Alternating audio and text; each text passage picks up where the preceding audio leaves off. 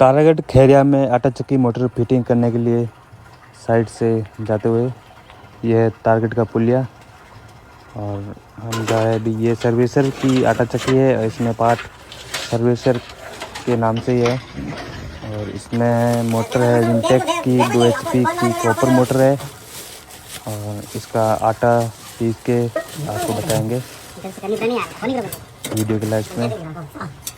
और इस मोटर को भी फिटिंग कर दिया है चक्की के ऊपर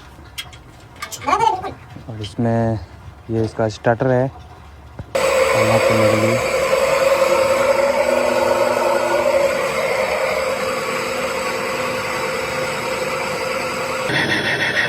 ये इसमें वेट पीसी है तो इसके साथ ही आती है आटा पीसने से पहले इसको पीसना पड़ता है।